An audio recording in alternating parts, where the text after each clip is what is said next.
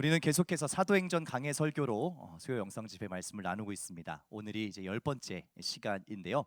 사도행전 5장 후반부의 말씀을 함께 나누게 됩니다. 지난 시간에는 아나니아와 삽비라의 이야기를 우리가 함께 살펴보았었죠.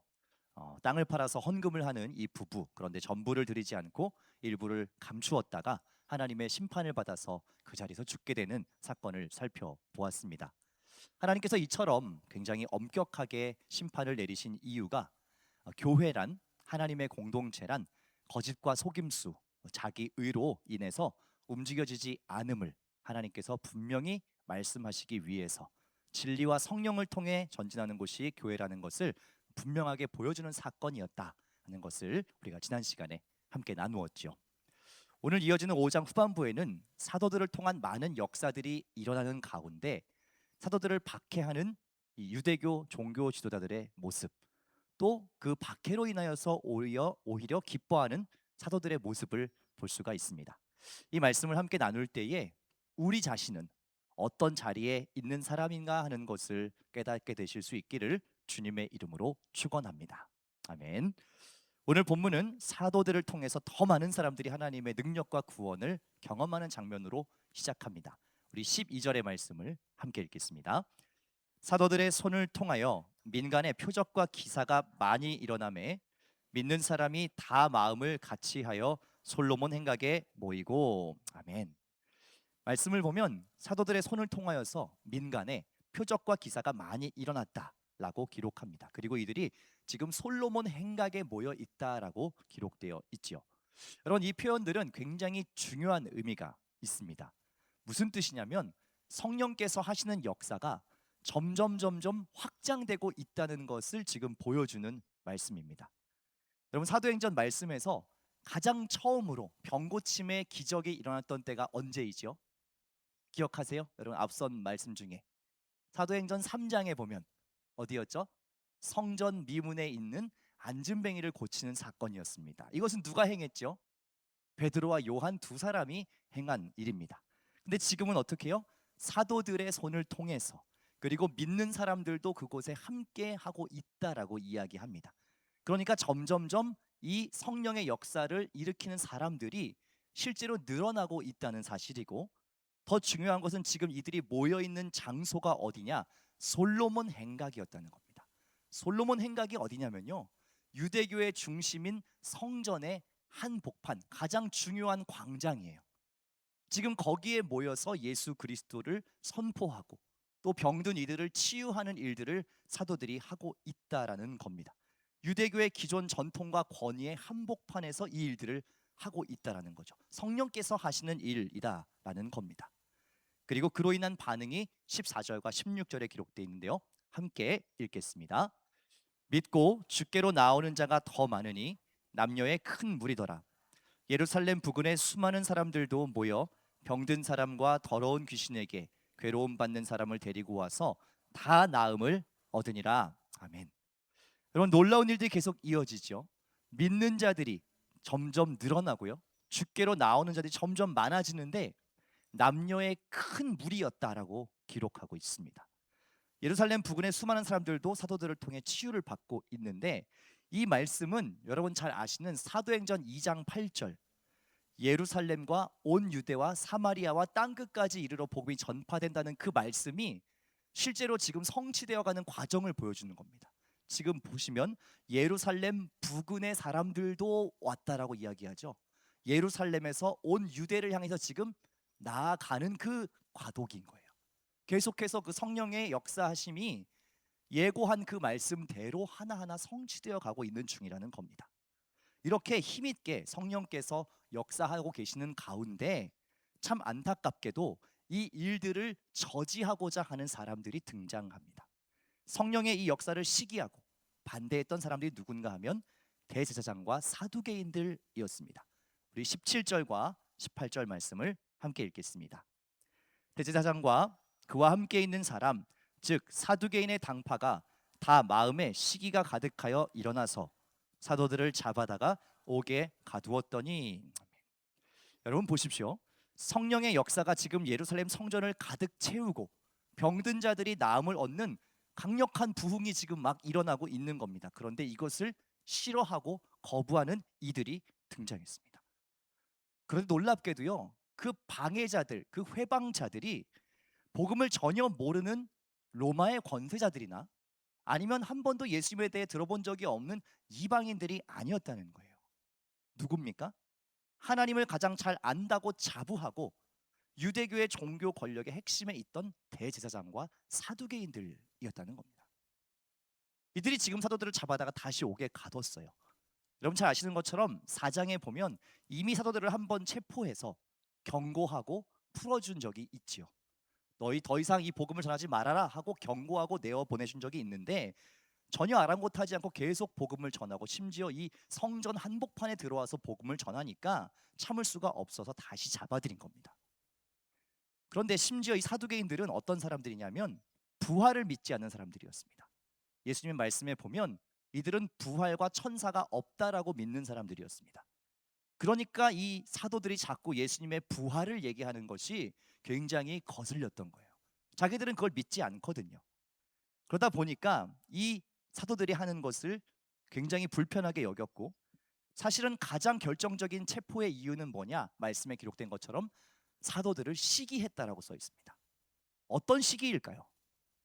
지금 자기들이 이 성전에서는 가장 핵심이고 가장 정점에 있는 그런 사람이어야 합니다. 그런데 이 사람들이 나를 존경하고 바라보는 그것보다 지금 이 사도들을 막 주목하고 거기에 모여들기 시작하니까 이 사두개인들의 마음속에 시기가 일어났다라는 겁니다. 이 성전 한복판 솔로몬의 행각에 사람들을 다 모으고 어디서 보도 듣도 못한 이 촌사람들, 갈릴리 사람들, 이 사도들이 모여가지고 사람들을 가르치고요, 많은 사람들이 그 말씀에 순종하고요 반응하고 있습니다. 그러니까 그게 꼴보기가 싫었던 거예요. 여러분, 이처럼 성령과 복음의 역사를 가로막았던 사람이 대제사장과 사두개인들이었다는 것은 우리에게도 굉장히 시사하는 바가 큰 말씀입니다. 즉 누가 성령과 복음의 역사를 가로막고 있느냐? 하나님을 모르는 사람들이 아니었어요. 하나님을 안다고 자부했던 사람들, 내가 하나님을 잘 섬기고 있노라 확신하고 있던 그 사람들이 지금 성령의 역사를 거절하고 있다는 겁니다. 그들은 말씀에 대해서 박식한 사람들이었고요, 분명한 하나님에 대한 그러한 말씀에 대한 이 해박한 지식이 있었지만 내세에 대한 신앙도 없었고 부활에 대한 신앙도 없었습니다. 그러다 보니까 자연스럽게 뭐에 관심이 있느냐? 현세의 것들에만 관심이 있었어요. 그러니까 이 성전 안에서 내가 누릴 수 있는 그 모든 명예와 권력과 그 경제적인 이득들, 그게 지금 나에게 전부인 사람들이 사두개인들인 겁니다. 그리고서 이 사도들의 성령의 역사를 오히려 방해하려고 했지요. 심지어 이 사두개인들은 어떤 마음까지 갖게 되느냐? 5장 33절의 말씀 함께 읽겠습니다. 그들이 듣고 크게 노하여 사도들을 없이 하고자 할세. 어떻게 한다고요? 사도들을 죽이려고 합니다. 여러분, 이 사두개인들이 누구냐면 예수님을 죽이기로 결정했던 종교 지도자들, 사내들인 공의회의 구성원이었어요. 예수님께서 하나님 나라의 복음을 전했을 때도 그것을 싫어하고 반대했던 것이 사두개인들이었고요, 소위 하나님을 잘 안다고 했던 그 권력자들이었습니다. 예수님을 실제로 죽였고 이 사도들조차 지금 죽이려고 하고 있다라는 것이죠. 여러분, 우리가 흔히 오해하는 것이 교회를 어렵게 하고 흔드는 세력들이 외부에 있다라고 생각합니다. 다 종교가 아니면 세속의 문화가 다른 어떤 외부에 있는 것들이 교회를 무너뜨린다라고 우리가 흔히 생각하죠. 하지만 성경의 이야기를 보면, 또 우리가 살아가는 현실 교회의 모습을 보면 실제로 교회를 어렵게 하고 복음을 가로막는 세력은 우리 안에 있다는 겁니다. 특히나 하나님을 잘 안다고 확신하는 이들, 하나님께 내가 무언가 충성과 열심을 다하고 있다고 생각하는 그 사람들이 어쩌면 더 위험한 가능성들을 가지고 있다는 것이죠. 종교적, 정치적, 경제적인 것에만 관심이 있는 세속적인 신앙인, 부활도 내세도 알지 못하고 이 땅의 것에만 골몰하고 있는 그 세속적인 신앙인이 겉으로는 하나님을 믿는다라고 이야기하면서도 종교의 영에 사로잡혀서 오히려 교회와 성령과 복음의 회방꾼이 될 수 있다는 것을 오늘 우리 말씀 가운데 두렵고 떨리는 마음으로 우리를 살필 필요가 있다는 겁니다. 사두개인들은 성경에 대해 전문가였습니다. 하나님을 사랑한다고 했고 계명을 잘 지켜왔습니다. 하지만 그들은 외적인 경건의 모양만 강조하고 있었어요. 사실 예수님께서도 이미 이 땅에 사시는 동안에 이 사두개인들에 대해서 경계한 바가 있습니다. 제자들에게 무슨 말씀을 하셨냐? 마태복음 16장 6절의 말씀 함께 읽겠습니다. 예수께서 이르시되 삼가 바리새인과 사두개인들의 누룩을 주의하라 하시니. 아멘. 여러분, 이 말씀 무슨 말씀인지 이해되세요? 왜 갑자기 예수님이 바리새인과 사두개인들의 누룩을 주의하라고 했을까요? 누룩이 무엇입니까? 이스트라고 하는 이 빵을, 반죽을 부풀리는 효소를 이야기합니다. 이걸 넣으면 어떤 일이 벌어지냐? 요만했던 빵 반죽이 이렇게 부풀어 오릅니다. 그런데 정작 이것을 열어보면 속은 어떻게 되어 있어요? 속은 텅 비어 있어요. 예수님께서 이미 아셨던 겁니다. 이 바리새인들과 사두개인들, 그들의 누룩이라고 하는 것은 겉으로는 잔뜩 부풀려져서 굉장히 커다랗게 보이지만 그 안에 아무것도 있지 않고 공허하다라는 것을 알았습니다. 화려한 직분, 종교적 전통을 자랑하지만 그 안에 성령의 능력도, 복음의 능력도 없다는 것을 예수님께서 이미 경계하셨다라는 것이죠. 많은 사람들은 오히려 그 부푼 모습을 보고, 야, 저 사람은 이런 직분도 하고 이런저런 봉사도 많이 하고 열심도 있다, 이렇게 칭찬하지만 정작 그 안이 비어 있다라는 거죠. 이것을 두렵고 떨리는 마음으로 바라보아야 한다는 겁니다. 저와 여러분들 역시 오랜 신앙의 경험들과 또 다양한 경력들을 우리가 그렇게 훈장처럼 달고는 있지만, 오늘 하루 더 하나님과 깊어지고 이웃사랑의 구체적인 모습으로 우리가 나아가지 못한다면 우리 역시 우리도 모르는 사이에 복음을 가로막고 회방하는 사두개인들의 자리에 있을 수도 있다라는 사실입니다. 그렇기 때문에 오늘 이 말씀을 통해서 우리 자신 또한 깨어 있어야 하겠습니다. 이 사도들은 배운 적도 없고 평범한 사람들이었지만 성령의 역사에 붙들려 쓰임 받고 있지요. 하지만 정작 많은 것을 배우고 많은 것을 가지고 있었던 사두개인들은 성령의 역사를 회방하고 있습니다. 이들 또한 처음부터 그렇지는 않았겠지요. 두렵고 떨리는 마음으로 부르신 자리에서 그 역할을 감당했을 겁니다. 그러나 그 모든 것들이 나의 것으로 여겨지고 내 권리처럼 여겨지고, 그렇게 할 때 이들의 삶에 누룩이 들어오기 시작했다는 거예요. 혹 그런 모습이 나에게 있다면 우린 다시 한번 하나님 앞에 나아가서 회개해야 합니다. 바라는 것은 나의 삶이 혹 사두개인들과 같이 변질되어 있지는 않는지 이 말씀 속에서 우리가 정직하게 직면하고 돌아보는 저녁이 될 수 있기를 주님의 이름으로 부탁드립니다. 사도들은 복음을 전했다는 이유로 다시 체포가 됐죠. 그런데 이번에도 천사를 통해 다시 감옥에서 나오게 됐는데요. 심지어 천사를 통해 큰 격려를 받게 돼요. 우리 18절부터 20절까지의 말씀 함께 읽겠습니다. 사도들을 잡아다가 옥에 가두었더니 주의 사자가 밤에 옥문을 열고 끌어내어 이르되 가서 성전에 서서 이 생명의 말씀을 다 백성에게 말하라 하매. 아멘. 주의 천사가 사도들을 다시 옥에서 기적적으로 꺼내 줍니다. 그리고 무엇을 해야 된다라고 격려하냐면 이 생명의 말씀을 다 백성에게 말해라라고 이야기합니다. 이것이 우리 믿는 자들의 정체성입니다. 우리는요, 증인입니다. 무엇을 명령받은 사람이냐면 가서 이 생명의 말씀을 백성에게 말하라라는 그 사명을 받은 사람들입니다. 예수 그리스도의 죄사함과 부활과 다시 오심을 우리는 믿는 사람들이에요. 그리고 그것이 참 좋은 소식이기 때문에 우리는 전해야 될 책임 또한 있다라는 것이죠. 여러분의 주변을 한번 살펴보십시오. 이 생명의 말씀이 들려져야 할 사람들이 우리의 주변에도 많이 있지 않으십니까? 당장 가까이에 나의 가족들, 나의 친지들, 우리의 자녀들, 믿지 않는 나의 사랑하는 많은 사람들에게 이 생명의 복음을 전하라라고 하는 것이 오늘 이 말씀을 통해 우리에게도 동일하게 주시는 하나님의 말씀이라는 겁니다. 여전히 이 세상에는요, 세상의 것과 육신의 것을 추구하며 죽음과 멸망을 향해 달려가는 사람들이 너무나 많습니다. 우리가 먼저 복음을 맛보고 믿고 하나님을 알게 되었다, 이렇게 모여서 함께 예배할 수 있다는 것은 단순히 그냥 우리만 여기에서 그것을 누리고 그냥 나 혼자 은혜 받고 그렇게 끝내라고 하나님께서 우리를 부르신 것이 아니라는 사실입니다. 먼저 믿는 은혜를 주신 것은 여전히 그 생명이 필요한 이들을 향해서 전할 사명이 있기 때문에 우리를 이 자리에 불렀다는 것을 여러분 굳게 믿으시기를 소망합니다. 그리고 20절에 보면 천사는 가서 성전에 서서 생명의 말씀을 전하라고 이야기하죠. 그 성전에 있는 사람들이 누구예요? 앞서 말씀드린 것처럼 하나님을 이미 안다고 생각하고 지금 하나님을 예배하러 이곳에 모인 사람들입니다. 율법적으로 종교적인 습관으로는 하나님을 예배하고 있다고 생각하는 그 사람들에게 가서 복음을 전하라고 얘기한 겁니다. 왜요? 율법적으로는, 지식적으로, 종교적인 관습으로는 하나님을 알지 모르지만 그 부활의 소식을 아직 모르고 있고 성령의 능력을 아직 모르고 있기 때문에 그것을 가서 전하라고 하는 겁니다. 누가요? 그 성령의 능력을 먼저 받은 우리들이 말입니다. 그리고 실제로 베드로를 비롯한 사도들은 대제사장과 사두개인의 겁박 속에서도 아랑곳하지 않고 이 성전에 모인 사람들에게 예수님의 부활을 선포합니다. 우리 28절부터 32절까지 말씀 한 목소리로 읽겠습니다. 이르되 우리가 이 이름으로 사람을 가르치지 말라고 엄금하였으되 너희가 너희 가르침을 예루살렘에 가득하게 하니 이 사람의 피를 우리에게로 돌리고자 함이로다. 베드로와 사도들이 대답하여 이르되 사람보다 하나님께 순종하는 것이 마땅하니라.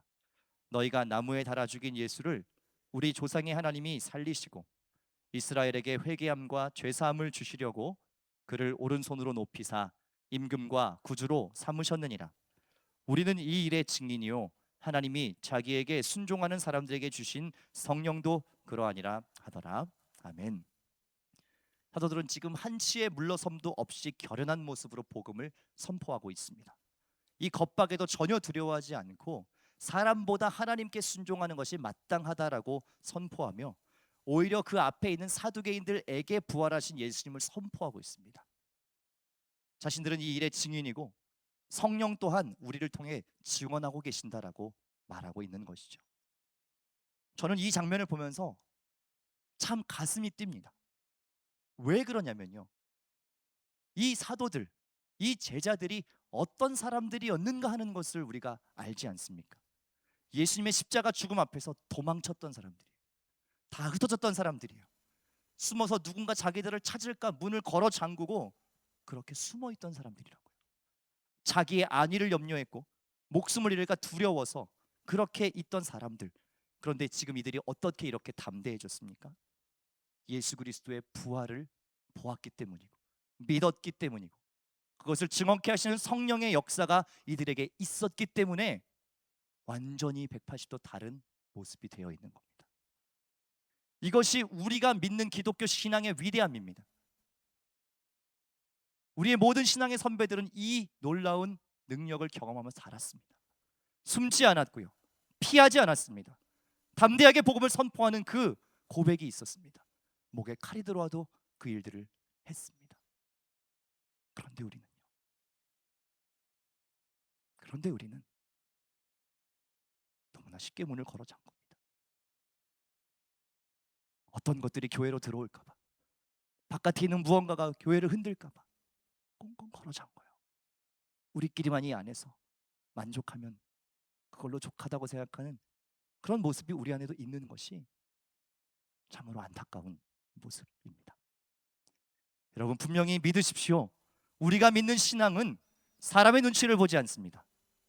사람의 생각으로 살아가지 않습니다. 사람의 힘에 조아리지 않는 것이에요. 오직 하나님께 붙들려 살아가는 그 삶을 살게 하는 것, 이것이 사도들에게 일어난 가장 큰 변화였습니다. 결국 사도들은 대제사장들과 사두개인들에게 다시 붙들려서요, 모진 채찍질을 당하고 다시는 예수 이름으로 말하지 말라는 경고를 받고 다시 풀려납니다. 보통 사람 같으면 위축되고 두려워하고 다시는 입을 열지 않아야 될 상황인데요, 사도들은 전혀 다른 반응을 보입니다. 41절과 42절 마지막으로 함께 읽겠습니다. 사도들은 그 이름을 위하여 능욕받는 일에 합당한 자로 여기심을 기뻐하면서 공회 앞을 떠나니라. 그들이 날마다 성전에 있든지 집에 있든지 예수는 그리스도라고 가르치기와 전도하기를 그치지 아니하니라. 아멘. 여러분 이것이 성령에 사로잡힌 사람들의 모습입니다. 그들은 고난을 피하게 달라고 기도하지 않았습니다. 그들은 어디에 있든지 성전이든지 집에서든지 예수는 그리스도다라고 가르치고 전도하기를 멈추지 않았습니다. 오히려 예수님의 이름을 위해 고난받는 것을 특권으로 여겼고 복으로 여겼습니다. 기뻐했습니다. 어떻게 이것이 가능합니까? 그들 가운데 세상이 줄 수 없는 영원에 대한 확신이 있었기 때문에 그래요. 이 땅에서 이것이 전부가 아닌 것을 알았어요. 혹 내가 여기까지 복음을 전하다가 죽게 될지라도 그 이후에 영생이 있다는 것을 믿었고 주님 다시 우리를 일으켜 세우실 것이라는 것을 믿었기 때문에 채찍질을 당해도 오히려 그것은 내가 주님 가신 길을 잘 따르고 있구나라는 확신이 되었습니다. 사랑하는 여러분, 오늘 우리의 모습은 어떠합니까? 우리에게도 이러한 기쁨이 있습니까? 오히려 반대로 복음으로 인한 박해와 고난이 없는 것을 우리가 기쁨으로 여기고 만족으로 여기고 살지는 않습니까? 사두개인들과 같이 종교적인 시스템과 그 기득권 안에서 그것을 누리는 것에만 우리의 관심이 있지는 않는지를 이 저녁에 정직하게 돌아보기를 원합니다. 여러분, 복음이 들려지고 성령이 역사하는 그 자리에는 항상 두 가지의 선택이 있습니다. 기득권을 지키려 복음을 회방하는 사두개인의 길, 그리고 박해에도 굴하지 않고 복음을 전하는 사도들의 길. 이 두 가지 길이 항상 복음과 성령이 역사하는 자리에는 놓여져 있습니다. 우리가 걸어야 할 길은 명확합니다. 말씀이 증언하는 대로 어떤 박해와 위협 앞에서도 예수는 그리스도임을 전하기를 그치지 않았던 그 사도들의 자리로 우리 모두가 나아갈 수 있기를 소망합니다.